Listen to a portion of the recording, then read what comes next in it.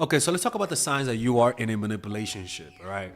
And essentially, a manipulationship is a relationship where that's heavily influenced by manipulators.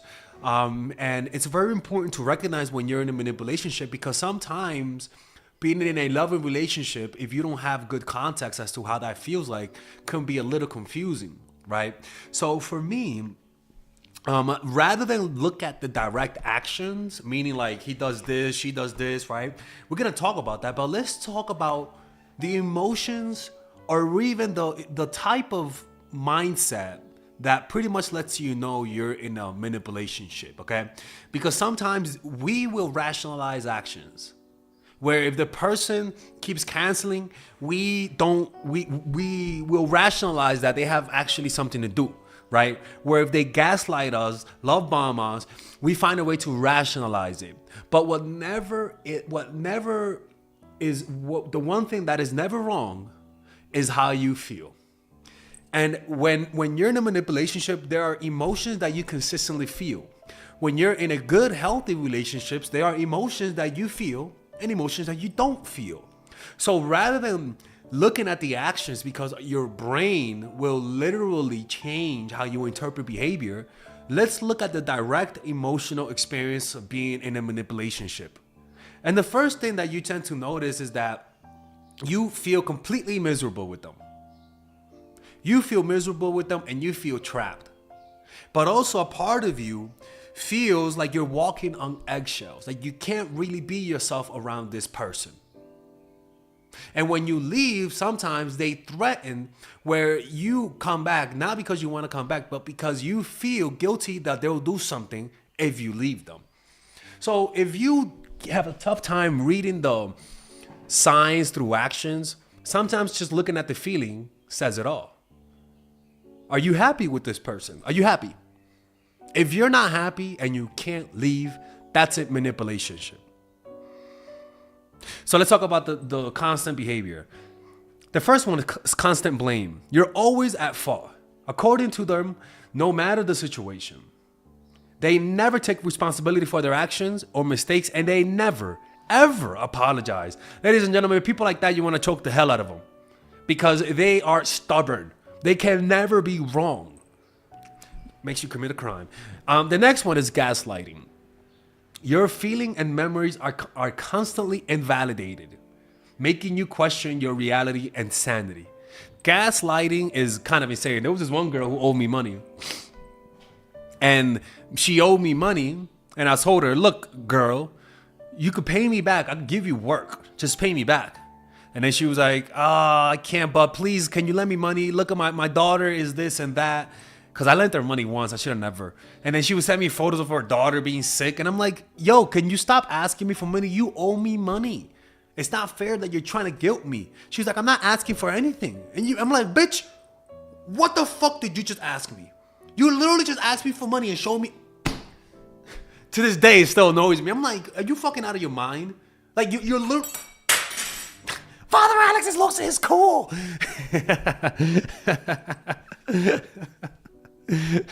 Right? So it's like gaslighting, man. It's like, yo, man, like don't even interact with people like that, man. Get them out of your life because they'll make you question your reality. Reality is already fickle enough. You don't need somebody else telling you what you're perceiving is wrong. Next one is isolation. There's a push for you to cut off ties with friends and family. Hey, man, your family's not good for you. Your family, sometimes I don't like the way they talk about me. Maybe you shouldn't hang out with them no more. I don't like the way your dad talks. He's not a good person. Stay away from him. Making you feel dependent on your partner and easier to control. And that's actually what cults do, right? Cults understand this principle that if you want to control someone's mind, isolate them from the source of support, and that's their friends and family. So they'll demonize your friends, talk bad about your friend, and if you stay there, continue. Love bomb, then devaluation. So it's not just the fact that they're love bombing you, like it's not, it's not the fact that they love bombing you. Ladies and gentlemen, man, I don't look, man. I don't want to make political jokes because I think some people, if I make jokes about politics, it might get the channel closed down. To be honest with you, so I'm not gonna make any political jokes, because the political climate is freaking unbelievable right now. It's not like politics with BLM. I could talk about that any day, but this is something else, people.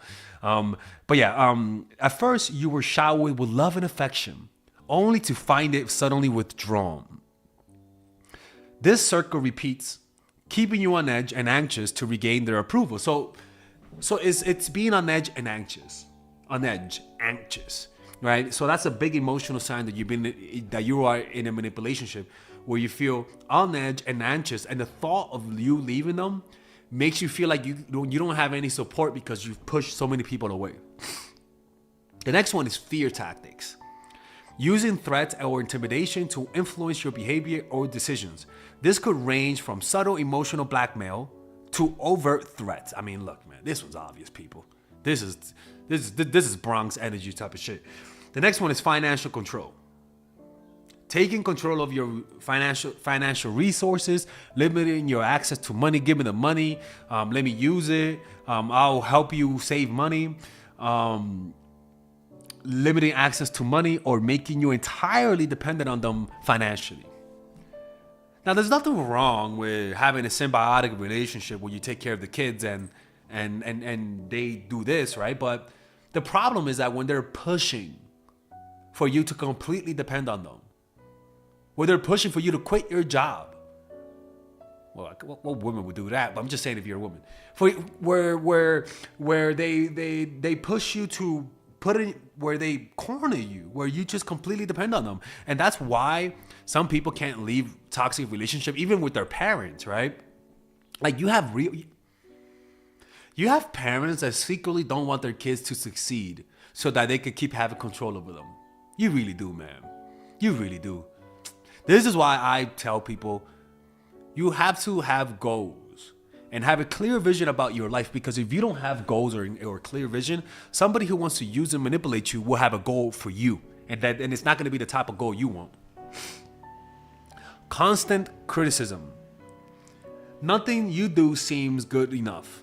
There is persistent nitpicking or criticism aimed at undermining your self-esteem, consistently criticizing you at every point of the relationship.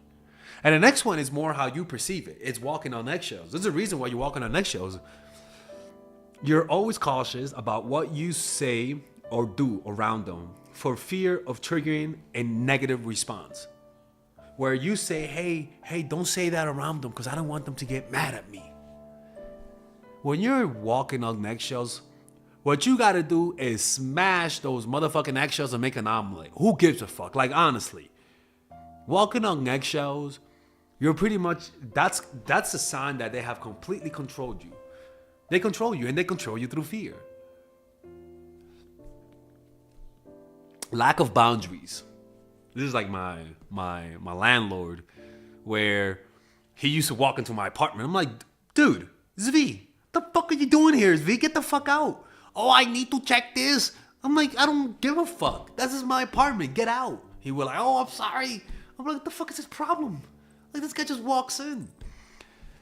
Your personal boundaries are disregarded, and there's an expectation for you to share everything with them or give them demand without question. They could look at your phone. They text people for you. Like, I had a girl who, it's the weirdest thing, because she was just a friend of mine. Honestly, she was just a friend of mine. And the funny thing is, she never mentioned her boyfriend. And then one day, I asked her, hey, Allison, what are you doing today? She was like, not much. I'm hanging out with my boyfriend. And I'm like, look, again, I don't mind. But the way that came out was like, looks way too obvious. It's like a dude saying, anyway, so I was walking with my 10-inch dick. And you're like, okay, clearly you wanted to tell me that. And I'm like, okay, all right. She was like, I can't hang out because I'm with my boyfriend. I'm like, and she capitalized it. I'm like, that's weird. And then she just stopped hanging out. She used to be part of the meditation group in New York City. And I'm like, what? It's weird. And then she would show up randomly to the meetups. And I'm like, oh, Allison, come here, girl. You've been miss you. It's been a while. She's like, oh, not much, working. And then all of a sudden, when she would go to the meditation meetups, when she would get home, the profile picture of her would change with the boyfriend. But then like the photo, it was so funny how like the photo was her looking in one direction and the boyfriend looking at the fucking camera. And I'm thinking, okay, maybe this is my own projection. Maybe I like her and I'm just seeing things. And then one day, I sent her a message. I was like, hey, Allison, all of us are going to go get dinner at my place when we're done. You want to come through? She was like, no, I'm spending time with my boyfriend today. I'm like, okay. I mean, yeah, he could come through too if he wants. I don't, I asked her to bring him. She didn't. And then all of a sudden, the next day, she left the group on WhatsApp. And then when she left the group, I had a feeling. I was like, I bet she blocked me. Like, I didn't check if she blocked me. When she left, like, everything added up in my head. And before that, I was thinking that maybe it was me, to be honest with you. I mean, she was pretty, but I was thinking maybe it's just me. You know what I'm saying? Like, assuming things. I don't know. And then I checked, blocked. And I'm like, okay, clearly I see what's going on here. And look, I get it. You know what I'm saying? I get it. YouTuber, your girl, I totally get it. But there was just a weird energy because the way she came across, she was a very ditzy, bitty, Melissa type of happy girl. And just when she would text, the energy was just completely off. And it didn't even feel like her. And that's what I felt like. I felt like it was him who did that, I could be wrong, to be honest with you, but I'm pretty good with those types of like instincts. So yeah, they don't let you have friends. They don't let you have male friends. They don't let you have your own social circle. They tell you that they have to look at your phone, or else it means you might be cheating. Like if you don't let them look at everything about you, they'll say why are you hiding something? The next one is withholding affection. Using affection and attention as a bargaining tool, giving them when pleased with you, or withdrawing them as a form of punishment, right? And this is why parents, I can tell you're a good parent is that when you're mad, you still cook for your kid. Right? I think that's a very low standard. But these are the signs that you're in a manipulationship. And if you are in that situation, you got to get the fuck out. And if you can't leave because you don't have a lot of money, well, plan your exit a few months in advance and find a way to make money and save it up and leave, because you don't understand. The worst types of people are people who destroy you bite by bite. Not the people who destroy you in one bite. No, because you can see that coming. The people who slowly dwindle away at your self-esteem are the worst, because it takes you longer to recover. And good manipulators are very subtle about this, to the point that you don't even perceive it. Your body does, but your mind rationalizes that it's not really happening. So if you guys want me to, the next video I could make is, what are the traits that, signs that you're easy to manipulate? So if you guys want me to make that video, let me know. Anyways, hopefully you guys enjoyed this video. If you guys want to work with Father Alex one-on-one, go to mindforattraction.org, or else I'm going to have to close the channel. All right, if you guys enjoy these videos about stoicism, dating, relationships, self-help, moving up in life, I would recommend you guys check out some of my courses that I have for sale. These courses are courses for men and women. For example, Nice Girl, Nice Guy is a course about how to become more assertive. Natural Chemistry is a course for women that I have on how to develop strong relationships. Dark Game is a controversial course that I have for guys on how to attract women in their life and keep it. It's not as dark as it seems, but we do talk about some dark psychology in here. Psychological Game of Attraction is a course that we made for women who are single. And as you see, we have a course about how to develop charisma, emotional mastery, which is a course about how to develop a meditation practice, and how to improve your emotional life to become more resilient, to not let rejection hit you so hard, to be able to bounce back from failure. I have a course called Nice Guy, which is a course for guys who are single and guys who want to be able to develop more assertiveness training, right? Most of these courses come at $99. And there you can also purchase the bundle, where you guys can purchase all of the courses in one go at a discounted rate, right? We have a bundle for women and a bundle for men. So click in the description down below to check them out. You can browse around and see the courses that you like. And if you don't like them, you guys can ask for a 30-day money-back guarantee, and I'll give you guys the money back, okay? And in fact, we actually have a new one for women right now we're developing. It's called The Feminine Woman.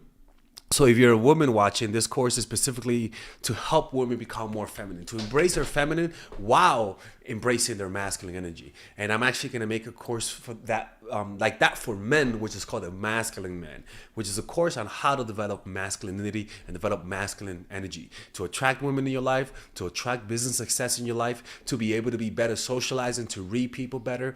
It's truly an all-around course. So if you guys want to check out those courses, click on the description down below where it says purchase the courses, and I'll see you guys inside. Bye-bye.